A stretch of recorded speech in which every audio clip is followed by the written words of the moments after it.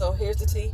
I'm not going to be on here long because y'all know it's hot in my car and I got to roll my windows up in order for y'all to hear me on this camera. Hopefully the mic is picking up because I have it down there and shit that rattles. I hope y'all don't hear that. Anywho, so my mom is back in the hospital for the second time. I brought her home last Thursday and she got sick again on Saturday. Basically what's happening is when she stands up, she collapses. She's not falling out unconscious or fainting. She just she can feel herself going and then she just falls. She lose control over her frame.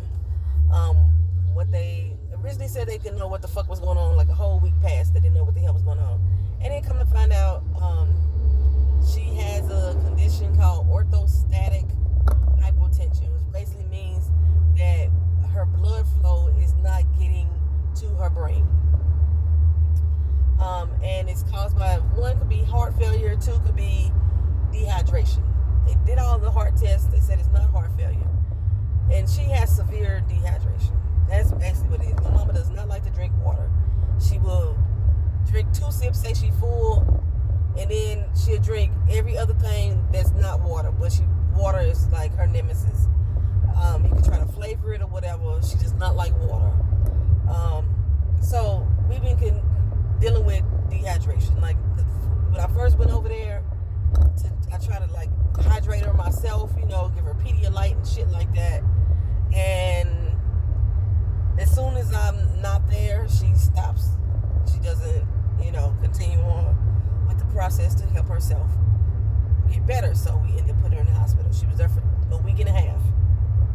Like I said, she came home, and then by Saturday, same situation. She was back to collapsing again. We get her back to the hospital, and first the ER doctor, let me tell you, this motherfucker pissed me off because he was very dismissive of me. I'm trying to explain to them what had happened while I was there visiting her. She was hallucinating, all kind of shit, right? And this motherfucker trying to tell her, how you know you was hallucinating? Maybe it was just burglars in your house that you was talking to. First of all, bitch, why you assume it's a motherfucking burglar in my mama's house? Because she black? What made you go to a fucking burglar that's possibly in her house and that's who the fuck she talking to? I get what he was hitting at because the people was hallucinating, how they know they hallucinating. She ain't the one that said it. I did, because she was telling me it was motherfuckers in her house that she was trying to get them to answer the fucking door. And when she realized they didn't go to the damn door, she got up to do it. And that's when she collapsed. That's fucking hallucinating, right? But the motherfucker even threw his hand up at me He kept telling me she passed out. I said, no, she didn't pass out. I said, she collapsed. And that's essentially the same thing. No, it's not the same thing. Passing out constitutes a loss of fucking consciousness. Collapsing does not. It's not necessarily the same thing. But anyway, he was going to dismiss her and send her the fuck home on Saturday night. And my mama had the good God sense to say, no, I need to stay here and be observed. So she went into observation that night. He was kind of pissed off that she wanted to be observed instead of sent home. And now it's fucking Tuesday going into Wednesday and she's still at the hospital. What the fuck?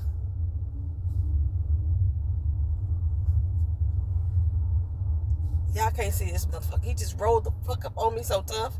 We was stopped. So I need to calm down.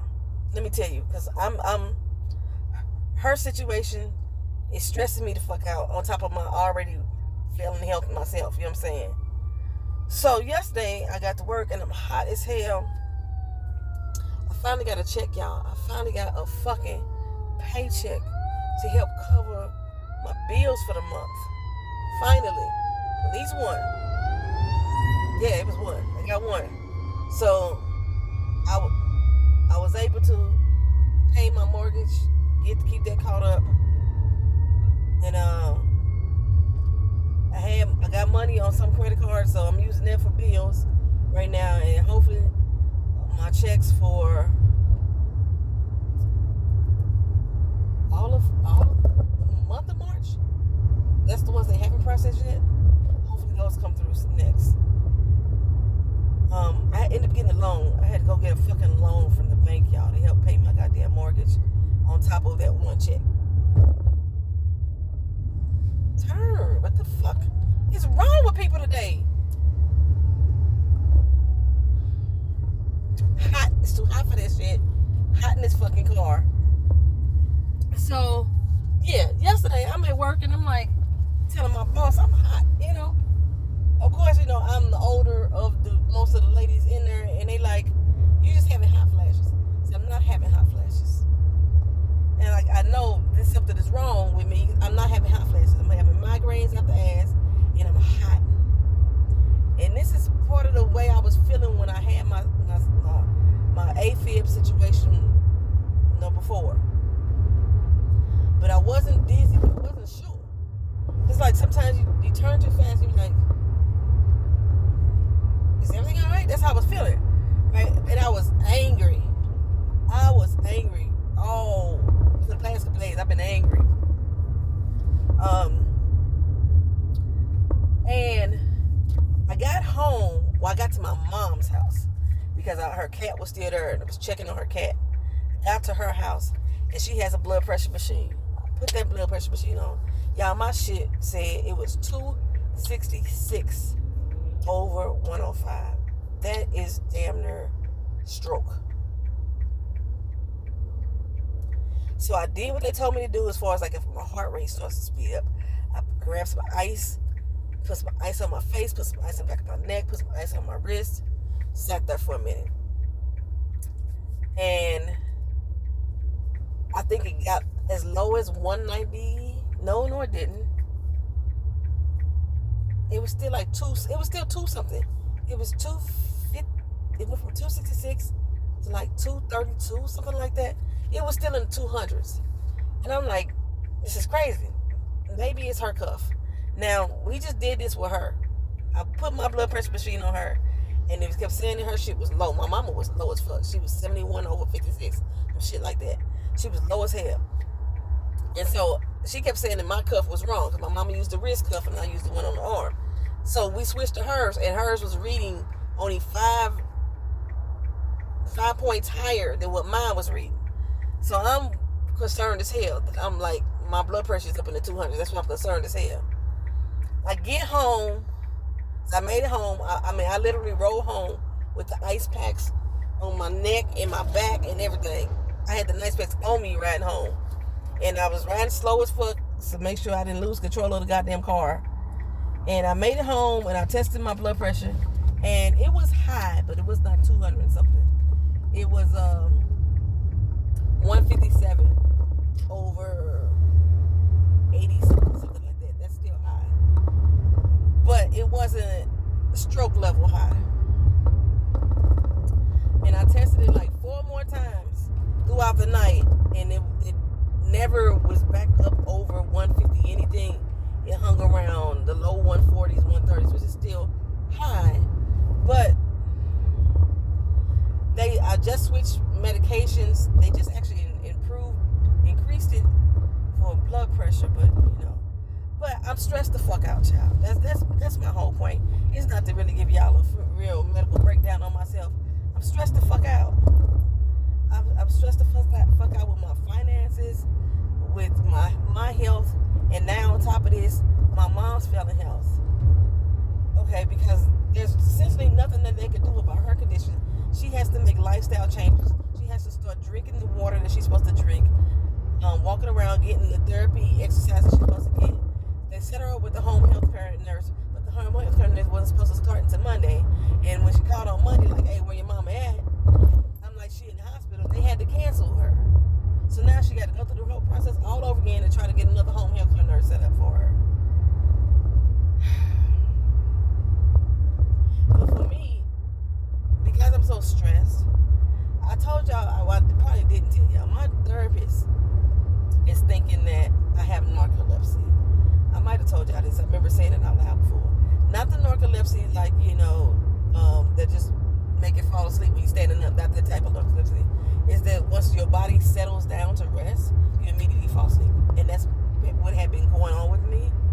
And then the fact that I could feel my dreams. There actually is a a symptom of the type of narcolepsy that she's assuming that I have. Like I tell y'all that I could dream some shit and I wake up and I feel like it happened to me. Yeah, that. Okay, so she signed me up to go to the sleep clinic. They don't have any openings until August. So I'm not gonna get tested or whatever for narcolepsy until August. In the meantime, I've been hurting myself. I got bruises on my elbows. My arm right now feel like it's sprained or broke. It's in pain. I have not bumped into anything. Haven't failed. Haven't dropped anything. Nothing. And I'm only working an hour a day, so I'm not even doing my full day's work for me to like have the type of effect that I think it would have. And I'm icing it, I'm holding it up, I'm massaging it, and it's getting worse and worse every day. So I went out on my back porch the other day, y'all. And there was like a wet spot on my back porch underneath my weed feeder. Okay. It had been raining. It's been raining for about a week now. I think we got hurricanes coming in. It's been raining for about a week. But the whole back porch ain't wet. It's this one spot underneath the feeder that's wet. Just that one spot. And I didn't trip off of it that particular day. The next day I went out there, the spot is now bigger. Like, what the fuck is going on? So I go over to it and notice that all the seed inside, fertilizer seed inside, is soaking wet. And I notice it's footprints under the feeder. I'm like, what the fuck is this? So I start checking the doors, like, who the fuck got into my house? That's what my first thought was. The doors are all locked. The screen doors are all locked. The windows, ain't no windows to come through. The screens are together. There's nobody coming in. So then I start checking around for different shoes. Like, I'm gonna go check Keena's shoes. See if she been over here checking my shoes. I ain't been over there. I ain't used the weed feeder on the grass in about a month. So, but there's this distinctive shoe marks underneath the weed feeder. And I looked at the shoes that was on my feet that I was currently wearing. And it's those shoes. It's like, what the fuck? I haven't been over here in about a month. Why would my footprints be showing right there? And so I went and grabbed my daughter and told her to check it out. And she noticed that the footprints were going around in a circle. So now, you know me, I be diagnosing myself a lot. Now I'm thinking, I must be sleepwalking. And I could possibly be peeing in the damn seeds, but I didn't want to smell it because I didn't want to smell pee if that was it. Like, because I can understand, why is it wet over there and why are my footprints over here? And it looked like I would have to have pushed the weed feeder back over the footprints because they're underneath the weed feeder. So, like, I had to move it. And I'm like, I sleep naked. So if I walk outside, it's not like I'm going to have wet clothes to show that I peed on myself or what have you. I'm hoping that's not it. I'm hoping this is not pee. I'm hoping that I'm not sleepwalking. But that's the only thing that can make me think. That's the only thing I can think of, considering I'm starting getting bruises and damages on my body that are coming from nowhere. Why am I hurt? And why is this wet spot over here with my shoe prints? Normally I don't be out on the back porch like that. If I do, I go sit into the patio chairs. I don't go over by the weed feeder because, like I said, I have not did anything with my grass in about a month. So it's really, so I call my therapist. I call the doctor, and I'm like, look, something is wrong with me. I'm getting bruises and stuff. And ladies like, well, you prone to bruise? I'm not prone to bruise. I don't bruise. Like, you could punch me in the eye and it would go away fast. I don't bruise like that. It would have to be a deep, injury for me to bruise. Even when I broke my doggone ankle, I didn't bruise. Hell, like I bruised when Vito damaged me, but that was a scar. But yeah, I've been having like peeled skin here, and now it's starting to happen on this arm. Like, what the fuck am I hitting? Who am I? And I was joking with my friends at work, like, who am I beating up in my sleep that I'm coming to work with bruises and missing skin, and now this whole elbow hurts to like hell. And like, of course, the internet was like, ice it, rest it, lift it, do that for 2 weeks. If you still get this pain after 2 weeks, then go see a doctor. It's been over 2 weeks now. It's been over 2 weeks, yeah. And it's just getting worse. At first I thought maybe I was like, the dark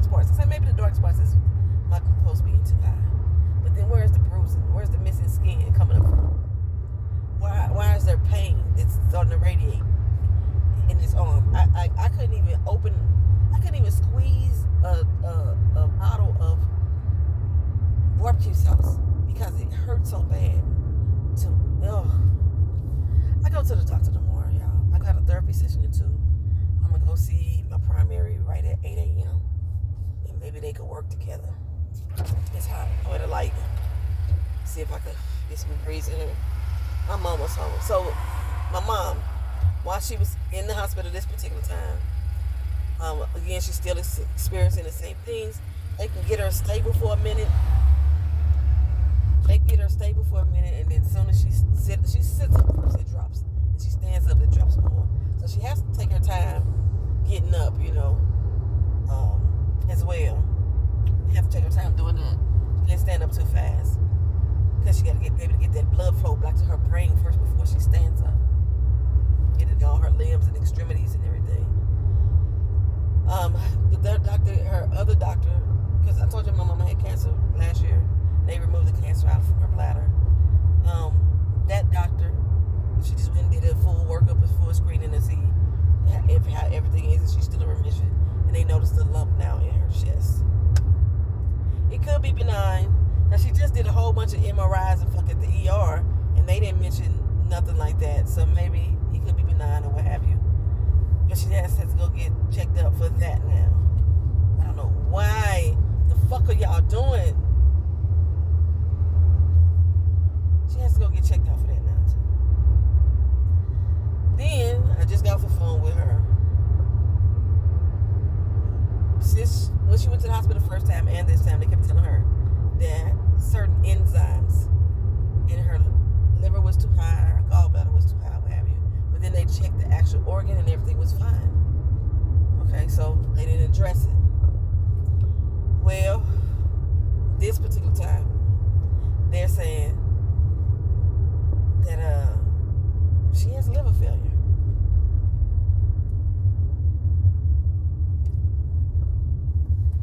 Only thing that they are going to do so far is remove her off of a certain medication. I want to say her cholesterol medicine. Half the stuff that they give us usually negatively affects other shit, which is one reason why, y'all, I hate taking medicines. Because you give me this fucking pill to fix one thing and then you fuck it up something else. Like, if I'm not mistaken, the vitamin D that they wanted me to take, it can negatively affect my kidneys. So instead of me taking the vitamin D, I go sit my black ass in the sun for 10 minutes. I'm trying to do it the natural way. You know what I'm saying? But the liver, she said they didn't give her no number of years, saying you got this many years to live, no shit like that. I don't know if she's like in the liver failure stage, but they have to